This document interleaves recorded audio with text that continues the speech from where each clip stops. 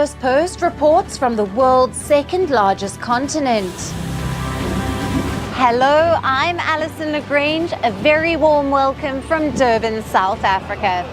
We get you the news and the newsmakers from Africa. From elections to climate change to innovations and opportunities. As the world's attention shifts, we report from Africa, the heart of the global south. Join me every weekday live on Firstpost.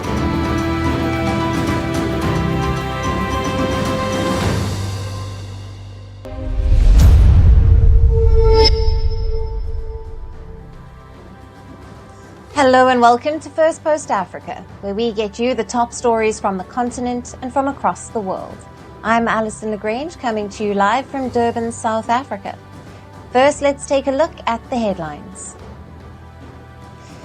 Ukraine strikes Russia's capital Moscow in its biggest drone attack, killing at least one, destroying dozens of homes and forcing around 50 flights to be diverted. At least 40 people were killed and 20 tents caught fire in an Israeli airstrike on a humanitarian safe zone in Khan Yunis, which Israel claims was a Hamas command center. U.S. Vice President Kamala Harris and Donald Trump to face each other in a high-stakes presidential debate in Philadelphia as the election race heats up. China and U.S. military commanders hold rare talks to stabilize ties and avoid misunderstandings, especially amid an intensifying rivalry in the South China Sea. And Elon Musk's SpaceX launches the Polaris Dawn mission, a multi-day orbital expedition carrying a 4-member civilian crew for the first spacewalk by non-professional astronauts.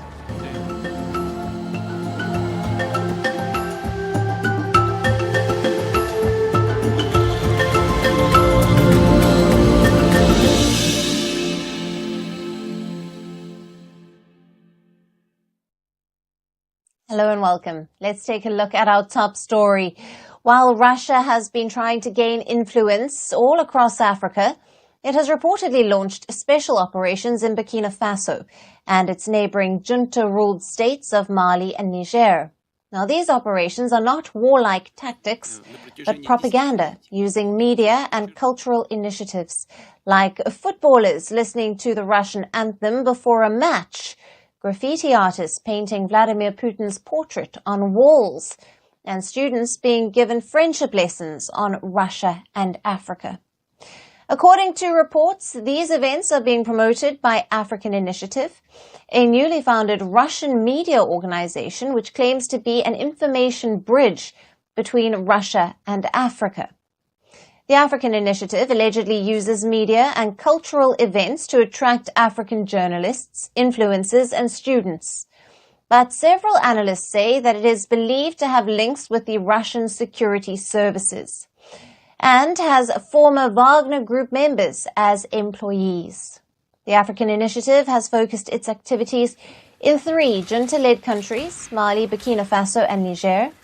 Now, these 3 countries have distanced themselves from the West, criticizing their failure to fight jihadist groups, insurgencies, and colonial legacies, and have instead pivoted towards Russia.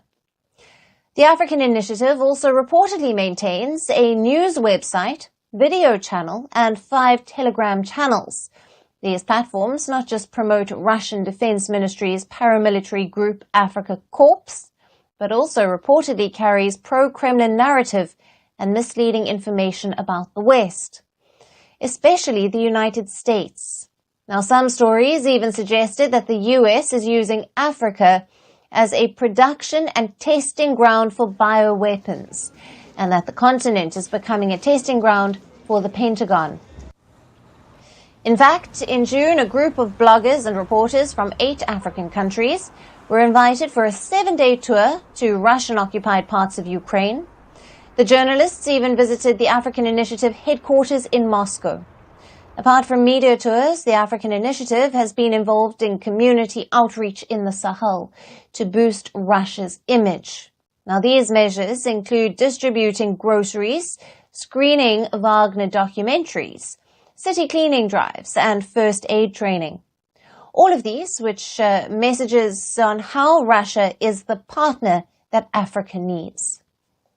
Earlier this year, Washington called out the Kremlin's efforts to spread disinformation in Africa through this initiative.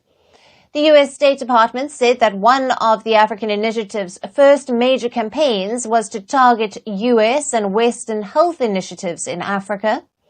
It also accused Russia of spreading conspiracies about Western pharmaceutical companies. While Russia continues to build bridges to African nations, US-led West is struggling to hold on to its role and is facing rejection, especially by the junta-ruled countries. Can the West, especially the United States, puncture Putin's propaganda? Now, for more on this, we have with us Ambrose, a global affairs analyst who is joining us live from Enugu in Nigeria. Thank you for being with us. Good afternoon, Alyson. I'm glad to be here on the show. Great to speak to you again. Now, what are these primary motivations behind Russia's increased influence and these social initiatives through propaganda in Burkina Faso? And how does it align with their broader strategic interests in Africa? I will go a little bit historical. In 1885, in Berlin, Germany, some powers of the world came together, especially European countries, to do what we call the partitioning of Africa, where Africa was ceded to the countries for them to rule as colonialists. Later, Russia also caught up with some of the African countries. French, France, Britain, Belgium, and maybe some of the Dutch maybe got some piece of Africa to rule over as colonial masters.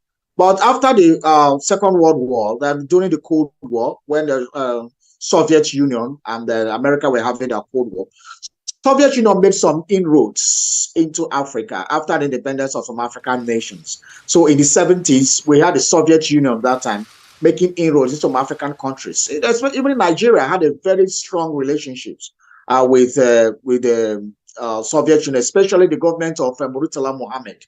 When you come to Nigeria, for example, you have the steel plants in Ajaokuta and the Warri that's built by the Russians. I think the National Theatre was also built by the Russians. So Russia has been having it with African companies for a while.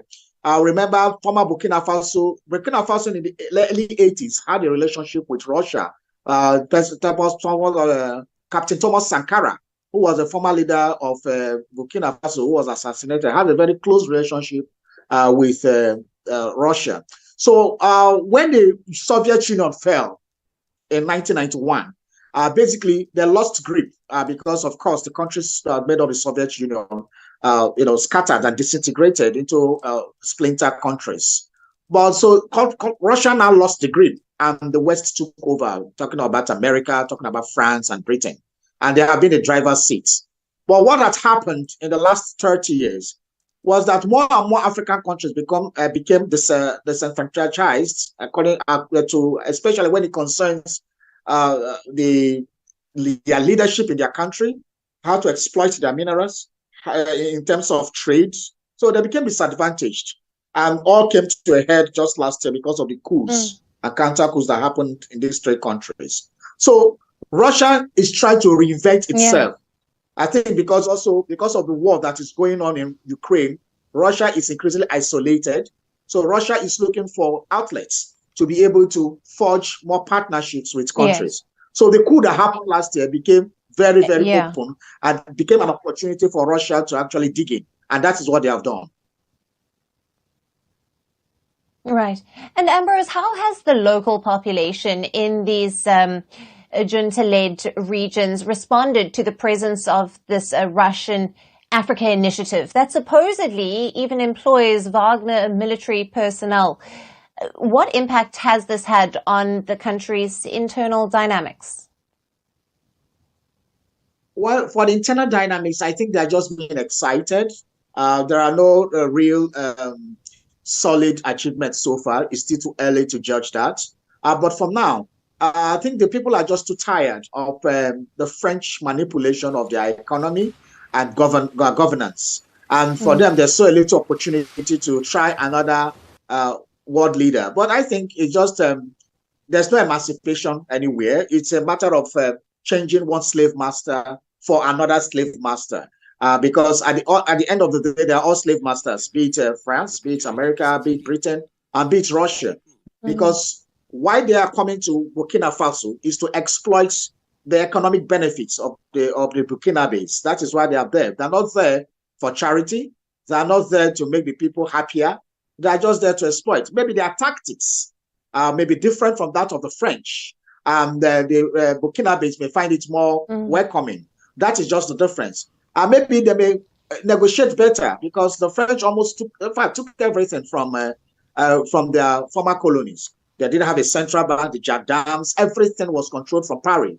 But I think Russia may learn from that mistake and be able to open up more, maybe to have more trade balance, maybe profits in the exploitation of the solid minerals they have there. Maybe the trade balance will now be profits, let them take some profit instead of owning the thing and giving back the country whatever pittance they want to give. So for me, I think the Burkinabes are excited about new opportunities. But what these opportunities will bring is what is not clear yet because it's too early to judge. Right. And Ambrose, you have touched on this, but in what ways has Russia's involvement in, especially Burkina Faso, then influenced the geopolitical landscape of the Sahel region, particularly in relation to the foreign powers like you've mentioned, like France and the United States? Yeah, it's going to change the dynamics because other countries are watching, especially former French colonies. They are watching keenly in what is happening in those three countries. And if there's a paradigm shift that is progressive, that is beneficial to these three countries, then other countries of the region, the Sahel region, will try to tend to change partnerships as well. Because the truth, in the last 60 years of African independence, the French former colonies are not doing good. They are not doing better. I mean, the France is too much in control of what is happening in those countries. And there's no breather. And I think Russia is coming back again to reassert is, during the time of the apartheid, and Russia also had some inroad into the Sahel region and into South Africa region and that time. So I think Russia is coming back to reestablish that relationship. And Russia is ready to do away and sacrifice a lot to be able to buy at least the trust of these African countries. And then disinformation in the media it's always been part of the game, right from the days from America, from France, from Britain. All of them have these big news agencies that send disinformation to Africa and try to make Africa look as if they are coming to help Africa, and meanwhile they are coming to exploit Africa. So disinformation is a game that will continue, and it's not going to stop now. So Russia is just employing an old tactics that is being deployed by the rest of the world, especially US and Britain. Right. Ambrose, thank you very much for being with us on Firstpost Africa and for your valued insights and analysis. Thank you very much, Alyson, for having me on the show today.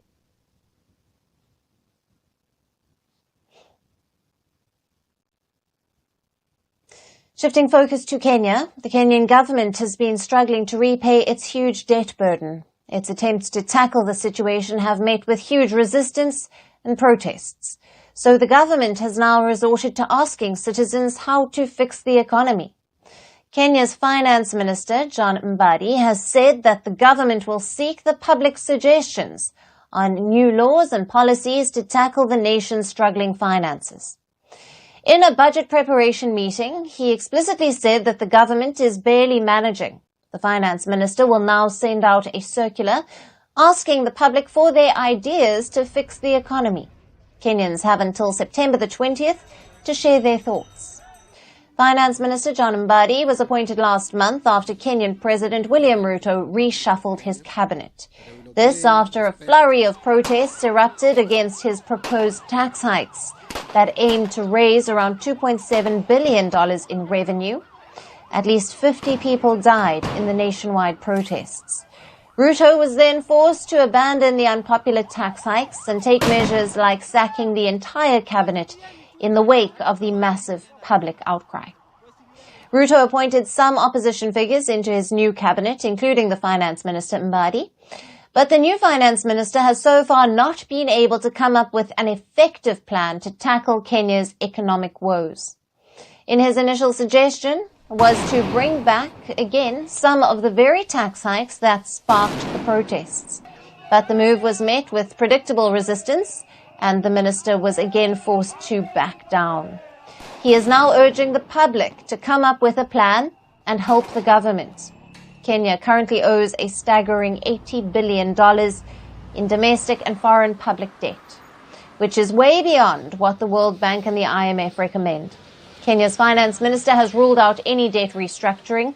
He insists that the country will manage debts and pay and quote-unquote remain afloat. He has hinted at possible tax cuts once the situation improves. Now, these cuts include lowering value-added tax from 16% to 14% and reducing corporate income tax by 5%. But as he said, this is only after the situation improves. Currently, the Ruto government is out of any ideas to do that and has left it on the public to bring themselves out of the economic mess.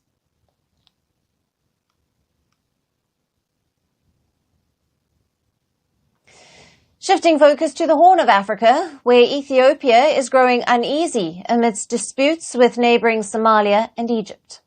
Last week, Ethiopia made a veiled attack on rivals, seemingly towards Cairo and Mogadishu, warning them against any invasion attempt in the country. But in the latest, it has issued an explicit warning against Egypt. Ethiopia has said Egypt must abandon its aggressive approach toward a controversial hydroelectric dam on the River Nile. The dam is at the heart of the conflict between the two countries. It has been for years. Last week, Egypt took the issue to the UN as it lodged a complaint against the dam construction by Ethiopia. Ethiopia has now responded to this complaint. It has rejected what it calls a litany of unfounded allegations from Cairo. The dispute between the two countries goes back to 2011. When Ethiopia started building a vast dam called the Grand Ethiopian Renaissance Dam on the Blue Nile. The Blue Nile is a tributary from where 85% of the Nile's water flows. Now, the huge project is said to be the largest hydroelectric plant in Africa. It is more than a mile long and 145 meters high. The dam is nearing its completion. Its reservoir has been filling with water since 2020 and has already started generating power. But Egypt sees this dam as an existential issue. Egypt relies almost entirely on the Nile River for its water, and it fears that the Ethiopian dam could disrupt the flow of water, and such concerns have also been raised by Sudan. But for Ethiopia, the dam is an integral part of its efforts to develop the country and to get electricity to millions of households amid shortages.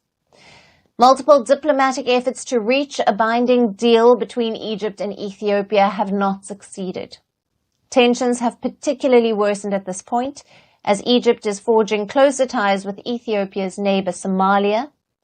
Ethiopia and Somaliland are also locked in a dispute, and Mogadishu is miffed over a port deal that Addis Ababa signed with Somaliland, which is Somalia's breakaway region seeking independence. Ethiopia has agreed to recognize Somaliland in exchange for its port, but the deal has infuriated Somalia, which has Egypt's support over the years. Now, last month, Cairo sent military aid to Mogadishu amid tensions with Addis Ababa. Cairo also plans to send peacekeeping troops to Somalia to fight Islamist group Al-Shabaab. Currently, Ethiopian troops are deployed in Somalia as part of an African Union mission for the same purpose. But this mission will end next year, and Somalia has ruled out Ethiopian troops' renewed participation until the deal with Somaliland is cancelled. So Ethiopia is troubled while two of its rivals grow closer. Even though there have been efforts for diffusing the tensions, no breakthrough has been achieved. Instead, a verbal war has ramped up.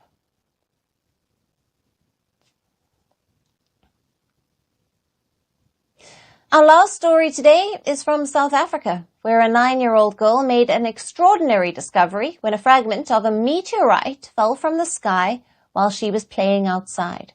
The curious child found the warm rock in her grandparents' garden. After weeks of study, researchers confirmed that the rock was a rare meteorite fragment, which they named Ngweba, after the town where it was found. Our final report gets you all the details about this rare meteorite.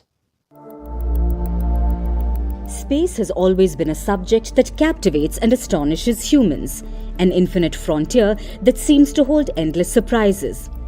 But recently, it wasn't a seasoned scientist or a sophisticated satellite that stirred the space community. Instead, it was a curious 9-year-old girl from a small town in South Africa who made a discovery that left space enthusiasts buzzing with excitement. It was a day like any other in the sun-soaked town of Ngweba. Elise Dutwat, a bright-eyed young girl, was enjoying a day of play at her grandparents' house.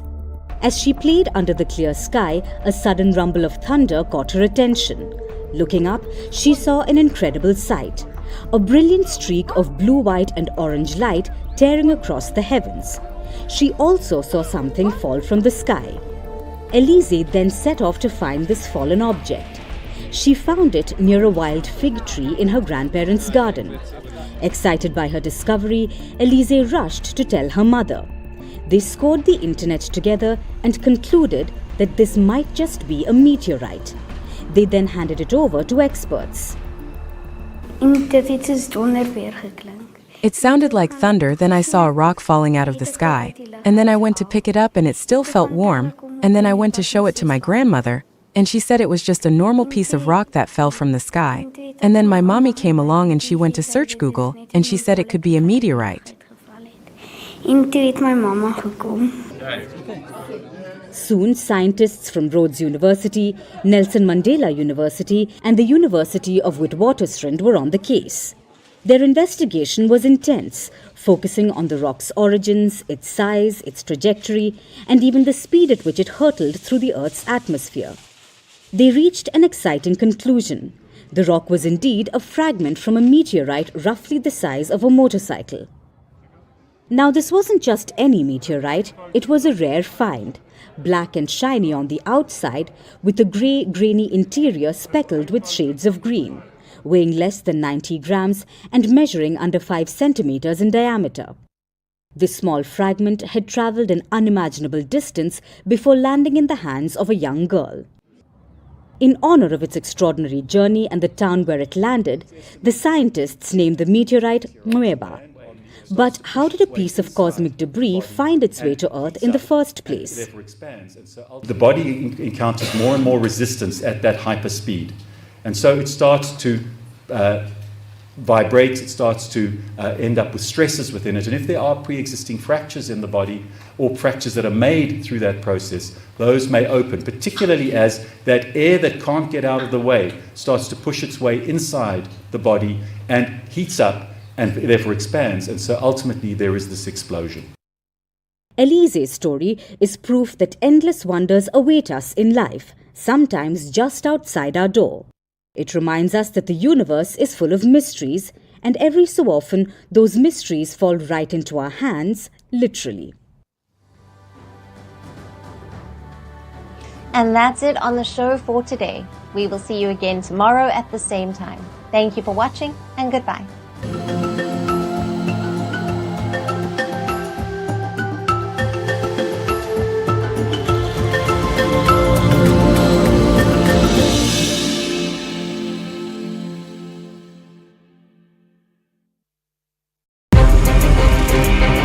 From impeachments to inaugurations, if it's a political story, we are on the scene. The race for the White House is heating up. Kamala, you're fired! I say, bring it on. If it's